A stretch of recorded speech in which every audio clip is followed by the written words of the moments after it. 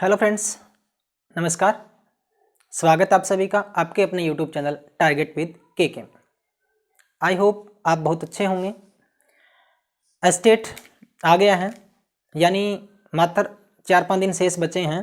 तो आज की इस क्लास में हम इसी बात पर डिस्कस करेंगे कि इन बचे हुए 4 या 5 दिन में हम एस्टेट का जो अपनी प्लानिंग है या एस्टेट को क्रैक कैसे कर सकते हैं। यानी आप पिछले कई महीनों से एस्टेट की तैयारी में लगे होंगे, तो ऐसा तो नहीं है कि आप अभी पढ़ना शुरू किए, लेकिन पिछले कई दिनों से आप बहुत मेहनत कर रहे हो। लेकिन अब बचे हुए दिनों में हम ऐसी क्या प्लानिंग करें ताकि जो ये 4-5 दिन का हमारा जो एक प्लान रहता है कि एस्टेट को हम कैसे करें और किस तरीके से हम हाईएस्ट स्कोर तक पहुंच जाएं। तो आइए बात करते हैं इसी टॉपिक के ऊपर। तो मात्र 5 दिन बचे हैं, तो 5 दिनों की हमारी जो प्लानिंग है वो क्या रहेगी, किस तरीके से हम एस्टेट को क्रैक कर सकते हैं, तो इसी के ऊपर हम बात करेंगे। और आज की इस क्लास में हम तीनों लेवल की बात करेंगे, लेवल 1, लेवल 2 और लेवल 3 की। आई होप आप सब जानते हो कि लेवल 1 जेबीटी पीआरटी के लिए होता है, लेवल 2 टीजीटी के लिए होता है 6 से 8 कक्षाओं के लिए, और पीजीटी 9 से 12 तक यानी लेक्चरर के लिए होता है। तो ये 3 पार्ट रहते हैं, पीआरटी, टीजीटी एंड पीजीटी। तो देखिए, आप सब जानते हैं कि जो एस्टेट का पेपर होता है उसमें जो पहले 3 पार्ट होते हैं, पार्ट 1, पार्ट 2 और पार्ट 3, यानी child development and pedagogy CDP का जो पार्ट होता है, लैंग्वेज 15+15 हिंदी प्लस इंग्लिश के, और जनरल स्टडीज़ के लिए जो 3 इसको पार्ट हैं, quantitative aptitude, reasoning ability, Haryana GK and awareness का पार्ट है। ये तीनों ही पार्ट तीनों ही लेवल के अंदर आते हैं, कॉमन ये चीज़ हो गई तीनों लेवल के लिए।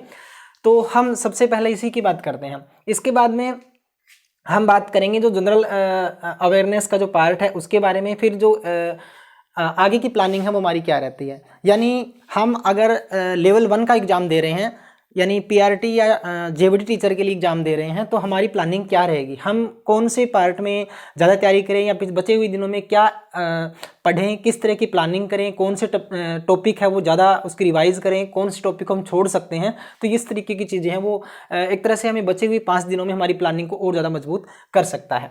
तो देखिए, सबसे जो बड़ा पार्ट इसमें रहता है एस्टेट के पार्ट में, चाहे वो कोई भी लेवल हो, उसमें चाइल्ड डेवलपमेंट एंड पेडागोजी यानी सीडीपी का जो पार्ट है, बाल विकास एवं शिक्षा शास्त्र का, उसके 30 क्वेश्चन है, 30 क्वेश्चन है, ऑप्शनल सारे होते हैं, तो 30 क्वेश्चन है वो आते हैं। सबसे बड़ा पार्ट और कंपलसरी होता है सभी के लिए, तीनों ही लेवल की अगर बात करें तो ये पार्ट तो आप छोड़ नहीं सकते। ठीक है, तो अब बात करें कि इस पार्ट की हम तैयारी कैसे करें, क्योंकि 5 दिन बचे हुए हैं। ऐसा नहीं है कि आप लोगों ने बिल्कुल भी तैयारी नहीं की है, तो पिछले कई महीनों से हर एग्जाम में ये, तो चाहे आप सीटेट की तैयारी करें, एस्टेट, रीट, किसी भी टेट की एग्जाम की तैयारी करते हो, तो ये जो पार्ट है वो तो हर एक एग्जाम में आता ही आता है, तो मोस्ट इंपॉर्टेंट पार्ट रहता है, तो इसको आप छोड़ नहीं सकते। और ना ही ये ऐसा पार्ट है जिसको आप तुक्के से सारे क्वेश्चन ठीक कर सकते हो, तो इसके लिए आपको प्लानिंग करनी पड़ेगी, पढ़ना पड़ेगा, और जो इंपॉर्टेंट टॉपिक है वो आपको पढ़ने पड़ेंगे। तो हम बचे हुए 5 दिनों में कौन से टॉपिक पढ़ें, तो अब इतना कम समय बचा हुआ है कि हम हर एक टॉपिक को अच्छे से कवर नहीं कर सकते अगर आपने पहले नहीं पढ़ा है। तो अगर आपने बिल्कुल भी नहीं पढ़ा है या मौके पे तैयारी करने लगे हो, तो इसके लिए सबसे बेस्ट आइडिया यही रहता है कि आप प्रीवियस ईयर क्वेश्चन पेपर उठा लीजिए, चाहे आपको कहीं से भी मिले, यूट्यूब से मिले, आपके पास पिछले एग्जाम्स के पढ़े हों, कहीं से भी आपको पेपर मिले, तो पिछले एग्जाम्स के जो प्रीवियस एग्जाम के, चाहे वो तीनों ही लेवल के क्वेश्चन पेपर आपको मिल जाए, किसी भी सन के 2014-15 का, 17 का, 18 का, 19 का, किसी भी सेशन का आपको मिल जाता है, तो वो आप एमसीक्यू इसका जो ओरिजिनल क्वेश्चन पेपर उठा लीजिए और उनकी आप तैयारी कीजिए। तैयारी का मतलब है उसमें से आप क्वेश्चन देखिए कौन सा क्वेश्चन सही है और वो बाकी ऑप्शन इसके गलत क्यों हैं। तो ये आपको इसके लिए हमने एक यूट्यूब से हमारा जो चैनल है, इसी की प्लेलिस्ट में एस्टेट नाम से एक प्लेलिस्ट बनाई हुई है, उसमें हम साथ साथ में प्रीवियस ईयर क्वेश्चन पेपर का सोल्यूशन भी करवा रहे हैं। ठीक है, तो इसमें आपको साइकोलॉजी के लिए जो 2017, 2014, 15, 16, 17 जितने भी पीछे एग्जाम हुए हैं उनके सारे के जो प्लेलिस्ट में इसकी लिस्ट मिल जाएगी, वहाँ से आप देख भी सकते हो, और इस वीडियो के डिस्क्रिप्शन में भी उसका लिंक डाल दिया जाएगा। इसके अलावा देखिए, अब ये जो 30 क्वेश्चन है इनकी तैयारी के लिए आपको जो इंपॉर्टेंट टॉपिक है जो पिछले कई साल से रिपीट हो रहे हैं, वो टॉपिक आप चुन लीजिए। उन्हीं टॉपिक की जो जितनी थ्योरीज है, एक इसका बाल विकास का टॉपिक है, लर्निंग का टॉपिक है, समायोजन का टॉपिक है, जितनी भी थ्योरी है, चाहे थॉर्नडाइक की है, पौलो की है, स्किनर की है, कोई भी थ्योरी है वो सारी पढ़ लीजिए, इसके सिद्धांत पढ़ लीजिए, जितने भी आते हैं सारे के सारे। तो ये जो कुछ एक टॉपिक है जो बार बार रिपीट हो रहे हैं, उन्हीं को आप दोबारा से पढ़ सकते हो। तो ये साइकोलॉजी के पार्ट की जो बात रही, सीडीपी के पार्ट की, तो इसमें जो आपके सभी जो पार्ट हैं वो इसके ज़रूरी हैं, चाहे कोई भी टॉपिक हो। और खासकर प्रीवियस एग्जाम में जो क्वेश्चन पूछे गए हैं वो क्वेश्चन लगभग रिपीट हो जाते हैं अलग अलग पार्ट की अगर हम बात करें, क्योंकि 3 पार्ट होते हैं। 90 क्वेश्चन एक से हर साल जो क्वेश्चन आते हैं वो 90 क्वेश्चन बन जाते हैं, 90 क्वेश्चन बहुत होते हैं। तो पिछले अगर 3 या 4 साल के आप क्वेश्चन पेपर उठा के उनकी भी तैयारी कर लेते हो तो एक प्रकार से साइकोलॉजी के आपके लगभग 17, 18, 20 नंबर तक आपके आसानी से आ सकते हैं अगर उनका कॉन्सेप्ट अच्छे से समझ के आप करो तो देखिए 30 क्वेश्चन 30 के 30 किसी के ठीक नहीं होते, चाहे कितना ही बड़ा एक्सपर्ट क्यों ना हो, कोई भी आपको कुछ भी बताए, कितना ही बड़ा मास्टरमाइंड क्यों ना हो, 30 के 30 क्वेश्चन एस्टेट के एग्जाम में किसी के भी ठीक नहीं होते, ये आप मैं गारंटी देता हूं। तो आप ये मत सोचिए कि मेरे 20 क्वेश्चन ही ठीक हुए हैं, 18 ठीक हुए हैं, तो बहुत है। अगर 18 से 20 आप साइकोलॉजी में कर लेते हो तो बहुत अच्छी बात है, ठीक है। अब दूसरे पार्ट की बात करें लैंग्वेज की, तो लैंग्वेज चाहे पार्ट 1 है, पार्ट 2 है, पार्ट 3 है, किसी भी लेवल का पेपर आ रहा हो आपको, जेबीटी लेवल का है, टीजीटी का है, पीजीटी का है, तो लैंग्वेज का पार्ट तीनों ही लेवल में आता है। इसमें 2 पार्ट रहते हैं, हिंदी ग्रामर का या हिंदी व्याकरण का और इंग्लिश ग्रामर का। तो दोनों ही पार्ट में 15-15 क्वेश्चन आते हैं। पहले क्या था, हिंदी और इंग्लिश दोनों 30-30 नंबर की आती थी, यानी दोनों लैंग्वेज क्या होती, 30 नंबर की हिंदी की, 30 नंबर इंग्लिश की आती थी। लेकिन पिछले 3 साल से ये जो इसका पैटर्न थोड़ा सा चेंज हो गया है, इसमें हिंदी भी 15 नंबर की डाल दी है और इंग्लिश भी 15 नंबर की डाल दी है, ठीक है। तो हिंदी के जो 15 क्वेश्चन आते हैं वो थोड़े डिफिकल्ट लेवल के आते हैं, यानी आपको नॉर्मल ये नहीं पूछेगा कि निम्न में संज्ञा का कौन सा भेद है, तो ये क्वेश्चन नहीं आने वाला। सर्वनाम के कौन से भेद है, ये क्वेश्चन नहीं आने वाला। हिंदी में वर्णों की संख्या कितनी, ये क्वेश्चन नहीं आने वाला। लेकिन इसकी जो डीप थ्योरी है वो आपको पढ़नी पड़ेगी। निम्न में से सघोष अलप्राण कौन सा है, यानी वर्ण के टॉपिक में डीपली आपको पढ़ना पड़ेगा। इसके बाद आपको संज्ञा का टॉपिक दे दिया, कौन संज्ञा भाववाचक से जातिवाचक बन जाती है, संज्ञा सदैव एक वचन में प्रयुक्त होती है, ये बहुवचन में प्रयोग होती है, ये जो संज्ञा है या सारे एग्जाम्पल दे दिए 4-5, ये इस संज्ञा के भेद है नहीं है, असंगत कौन सा है, इसमें सुमेलित कीजिए। मतलब इस तरह से थोड़ा डिफिकल्ट लेवल आजकल बनाने लग गए हैं, तो आपको डीपली हिंदी की तैयारी करनी पड़ेगी टॉपिक वाइज टॉपिक। और इसके लिए भी आप पिछले कम से कम 3 साल के जो एग्जाम हुए हैं, पिछले 2017 में, 2018, 2019 का जो एग्जाम हुआ है, इन तीनों ही सालों में हिंदी के खास करके इंग्लिश की जो लैंग्वेज आती है वो आसान आती है पिछले 3-4 साल से। इंग्लिश में अगर आप बिना पढ़े भी तैयारी करोगे तो भी आप 7-8 नंबर ले सकते हो, लेकिन हिंदी में अगर बिना पढ़े चले गए तो आपको 4-5 नंबर से ज़्यादा नहीं आने वाले, ठीक है। तो हिंदी के क्वेश्चन में आपको डरा नहीं रहा, बिल्कुल सीरियस। आप पिछला पेपर उठा के देख लीजिए, हिंदी की लैंग्वेज इतनी टफ आती है, इतनी मुश्किल आती है कि आप आसानी से उसको पढ़ भी नहीं पाओगे।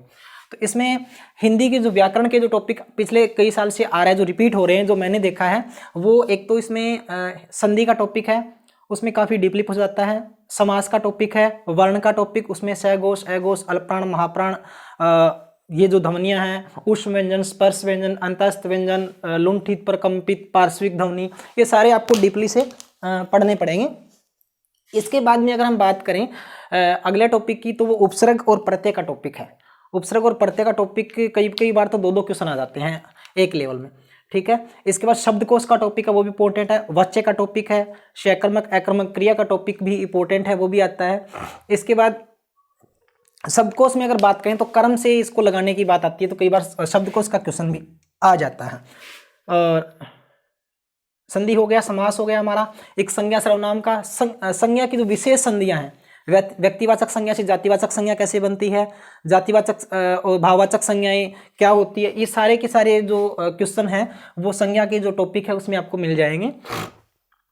तो ये 4-5 टॉपिक तो आपको अगर थोड़ी तैयारी करनी है, कम समय 4-5 दिन बचे हैं, अगर आप थोड़ी सी तैयारी करना चाहते हो बिल्कुल कम समय में, तो हिंदी के 15 क्वेश्चनों के लिए आपको ये 4-5 टॉपिक तो पढ़ने ही पड़ेंगे, जो हर बार रिपीट होते ही होते हैं, ठीक है। तो वोकेब का आप इसमें नहीं पढ़ सकते, क्योंकि जैसे शुद्ध अशुद्ध का है, विलोम शब्द का है, पर्यायवाची का है, तो ये आपको पढ़ने की आवश्यकता नहीं है। आपको अगर कितने साल का आपके पास अनुभव है, 15-20 साल से आप इस कार्य में हो सकता है, क्योंकि लगभग सारे ग्रेजुएशन या मास्टर डिग्री वाले होते हैं, तो बीएड जेबीटी की हुई होती है, तो इतना अनुभव तो हमें होता है कि पर्यायवाची कौन से हैं, विलोम शब्द कौन से हैं। हाँ, कई बार बहुत डिफिकल्ट पूछ जाता है तो एक्सपर्ट को भी दिक्कत आ जाती है, तो ये आप घबराने की आपको बिल्कुल आवश्यकता नहीं है। सिर्फ ये 4-5 टॉपिक जो भी बात की जा रही है वो टॉपिक आप जरूर पढ़ लीजिए। इसके बाद इंग्लिश ग्रामर की बात करें तो इंग्लिश ग्रामर की जो लैंग्वेज है वो हिंदी से थोड़ी इजी आ रही है पिछले कुछ साल से, लेकिन ये नहीं है कि आप बिना पढ़े इसको कर सकते हो, क्योंकि हिंदी फिर भी हमारी मातृभाषा है, लेकिन इंग्लिश तो एक इंटरनेशनल लैंग्वेज है, तो इसको पढ़ने के लिए हमें थोड़ी मेहनत तो करनी पड़ेगी। तो इसके जो आर्टिकल है, नरेशन है, वॉइस का टॉपिक है, प्रीपोजिशन है, एडजेक्टिव है, प्रोनाउन है, नाउन का टॉपिक है, तो इस तरह के जो टॉपिक है वो आपको थोड़ा सा आप उसको रीड करके जाइए और इसकी जो लैंग्वेज है उसको समझने की कोशिश करिए। और तो आपके जो 15 में से शायद 9-10 क्वेश्चन इसको आप आसानी से कर सकते हो अगर आपको थोड़ी तैयारी है तो। हाँ, अगर आपका सब्जेक्ट पे कमांड है तो बहुत अच्छी बात है, फिर तो आप यहाँ 15 में से 15 भी ले सकते हो। लेकिन हिंदी की 15 में से 15 लेने के लिए आपको बहुत ज़्यादा मेहनत करनी पड़ेगी, अच्छे से तैयारी करनी पड़ेगी। हाँ, अगर हिंदी में आप लगभग 70-80% तैयारी के साथ जाते हो और आपके 15 में से अगर 9 नंबर भी आ जाते हैं, 10 भी आ जाते हैं तो भी बहुत अच्छी बात है। और यहाँ आप 11, 12, 13, 14 तक भी ले सकते हो, कोई बात नहीं है। तो दोनों पार्ट के अंदर आप 22-23 नंबर भी ले सकते हो यहाँ पर अगर आपके 20 नंबर तक भी आते हैं, साइकोलॉजी में 18-20 तक भी आते हैं, तो यहाँ आप 20-22 नंबर दोनों लैंग्वेज में ले सकते हो।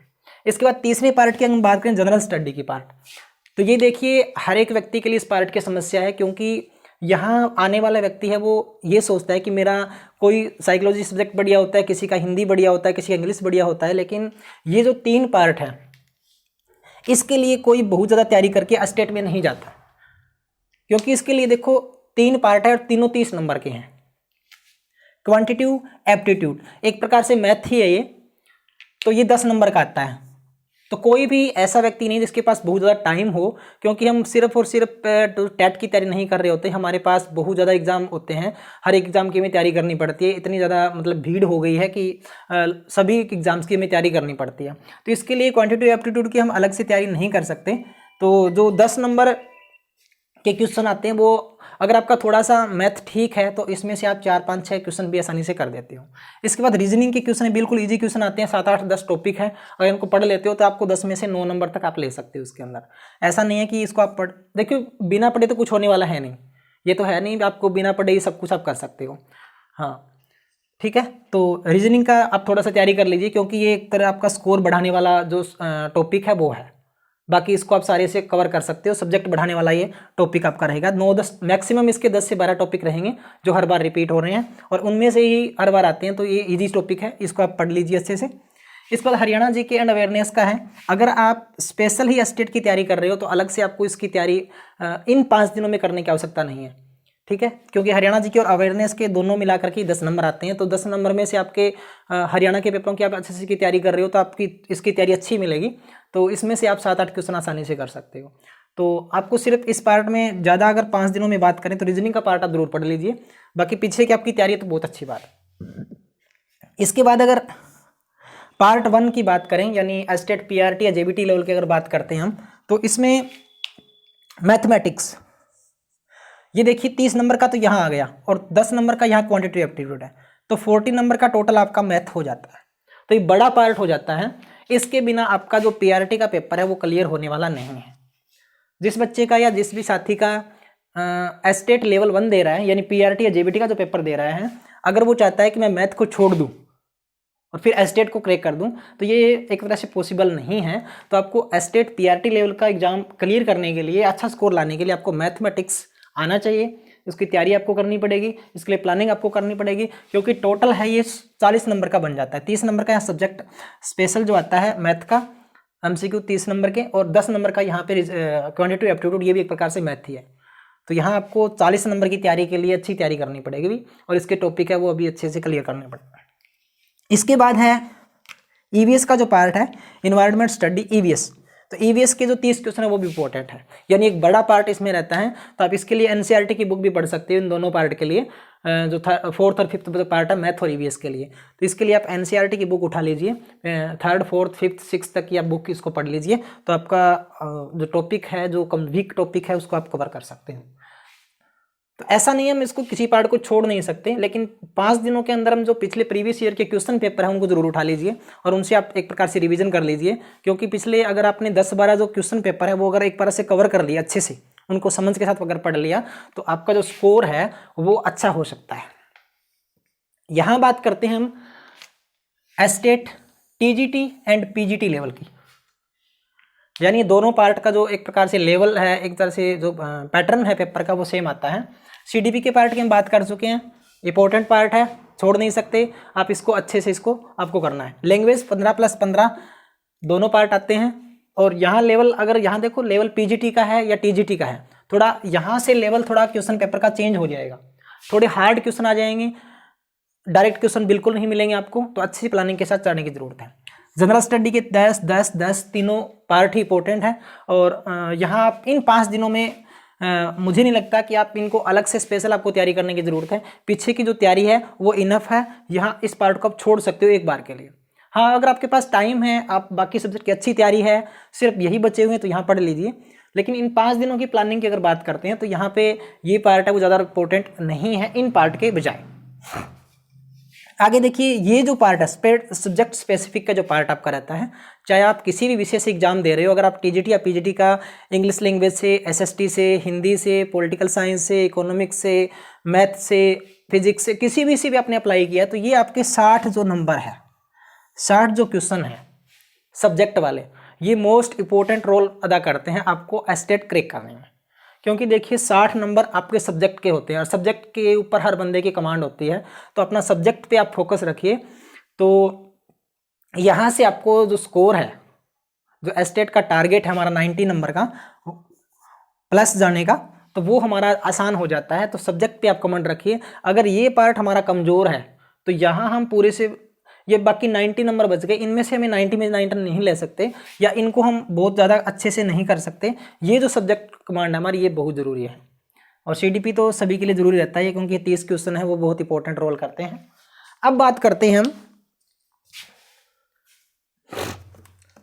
कि एस्टेट का जो हमारा एग्जाम होता है, एस्टेट का जो हमारा एग्जाम होता है एक प्रकार से, अब जो हमारा एस्टेट का जो एग्जाम होता है उसमें हमें एस्टेट को क्लियर करने के लिए 90 नंबर चाहिए भी, ठीक है। चाहे हम एक पार्ट में ले लें, 2 में ले लें, 3 में ले लें, किसी में ले लें, वो हमें कोई ऐसा बाउंडेशन नहीं है भी हमें साइकोलॉजी में 30 में से इतने लेने हैं, हिंदी में से इतने लेने हैं, ये जरूरी नहीं है। आप टोटल आपको 90 नंबर लेने हैं 150 में से, ठीक है। टाइम आपके पास रहेगा 230 यानी 2 घंटे 30 मिनट, 150 मिनट, 150 ही क्वेश्चन है, 90 नंबर लेने हैं, ठीक है। अब ये मन में टारगेट कई बार रहता है कि हमें 90 नंबर लेने हैं। अभी शुरू से ही मन होता है हमारा 1 महीने 2 महीने पहले से हमें तो 90 ही लेने हैं। तो जब आपका टारगेट फिक्स होता है हमें 90 तक ही जाना है, हो सकता है आप 85 पे जाके रुक जाओ, लेकिन टारगेट को हम थोड़ा सा बड़ा रखें। कई बार कहते हैं भी टारगेट हम 150 का रख लेते हैं, भी 150 में से 150 लेने हैं ना। 150 में 150 आपके नहीं आएंगे, किसी के भी नहीं आते। बहुत ही ये हाई प्रोफाइल काम हो जाता है 150 में से 150 लेना, तो ये तो आप खाब छोड़ दीजिए। हम टारगेट इतना रखें कि हम ये मिल जाए हमें। हमारा टारगेट तो 90 है, लेकिन कई बार सोचते हैं कि 90 का टारगेट रख लें, 90 आए ना, हम 85 89 88 ये बहुत रहते हैं। 80 से 90 के बीच में तो बहुत लाखों जनता रहती है। इसका कारण यही है कि हम टारगेट फिक्स कर लेते हैं हमें 90 नंबर चाहिए, 90 ही लेने हैं, उसी के हिसाब से हम तैयारी करते हैं, उसी के हिसाब से सारा काम करते हैं, लेकिन वहाँ हम टारगेट तक पहुँच ही नहीं पाते। हम टारगेट रखें अपना 110 या 100 के आसपास, 100 से 110 के बीच में। अगर हम ये चाहते हैं कि हमें इतने नंबर, हाँ कई बार ये होता है कि बंदा बहुत ज़्यादा तैयारी में है, वो तो 120 25 130 तक भी ले लेता है, वो तो बात ही अलग है। लेकिन हम 90 वाले हैं, जो 90 नंबर चाहते हैं उनकी बात कर रहे हैं, जिस पे भी 90 आ जाए, जैसे भी आ जाए, हमें तो 90 नंबर चाहिए, वो वाले साथी हैं उनकी बात करें। तो हम टारगेट रखें 100 110 का, तब हमें 90 95 93 92 98 इस तरह से नंबर मिल जाते हैं। तो दिमाग में हमारे जो एक तरह से इतना बड़ा लक्ष्य है वो ना रखें कि हम उसको अचीव ही ना कर पाएँ, और इतना छोटा भी ना रखें हम उस तक पहुँच ना पाएँ, ठीक है। तो दिमाग में, और कई बार फिर मेरे जैसे कह देते हैं भी 30 इसमें आ जाएंगे, 20 इसमें आ जाएंगे, 90 बन गए भी, लेकिन एग्जाम वाले दिन क्या होता है उसका उल्टा हो जाता है, हम उस लक्ष्य तक नहीं पहुँच पाते। तो साथियों, आप सबसे निवेदन है कि मैं तो एक बार फिर से आपको यही बात कहूँगा कि पिछले कम से कम 3-4 साल या 5 साल के आपको प्रीवियस ईयर के जो ओरिजिनल क्वेश्चन पेपर है वो अगर मिल जाते हैं तो वो आप तैयारी कर लीजिए, कहीं से भी कर लीजिए, उनको आप ना छोड़िए। सबसे बेस्ट जो 4-5 दिन में जो प्लानिंग रहती है वो इसी की रहती है। तो पिछले क्वेश्चन पेपर आप जरूर उठा लीजिए। इसके लिए हमारी जो यूट्यूब चैनल की जो प्लेलिस्ट है उसको आपको estate previous year question series का जो प्लेलिस्ट है या एस्टेट का जो नाम से मिल जाएगी, उसमें से तैयारी कर लीजिए, या कहीं से भी आपको जो भी बढ़िया लगता है, जिस भी प्रकार की आपकी चीज़ है कहीं से भी तैयारी कर लीजिए। लेकिन प्रीवियस ईयर के क्वेश्चन पेपर आपको जरूर हल करने हैं, उनकी अच्छे से तैयारी करके आप जाइए। और आई होप मैं आपसे, अगर आप पिछले 4-5 साल के क्वेश्चन पेपर कर लेते हो तो आपका ये 90 का टारगेट है वो अच्छे से अच्छी तैयारी के साथ पूरा हो जाएगा। आप सबको मेरी तरफ से best of luck. I hope, मैं सबसे उम्मीद करता हूँ कि इस बार का एग्ज़ाम है आपके लिए जो क्रैकिंग स्कोर है, आपका टारगेट स्कोर है 90 का, वो आपका ज़रूर अचीव होगा। नमस्कार, मिलते हैं एक नई वीडियो के साथ।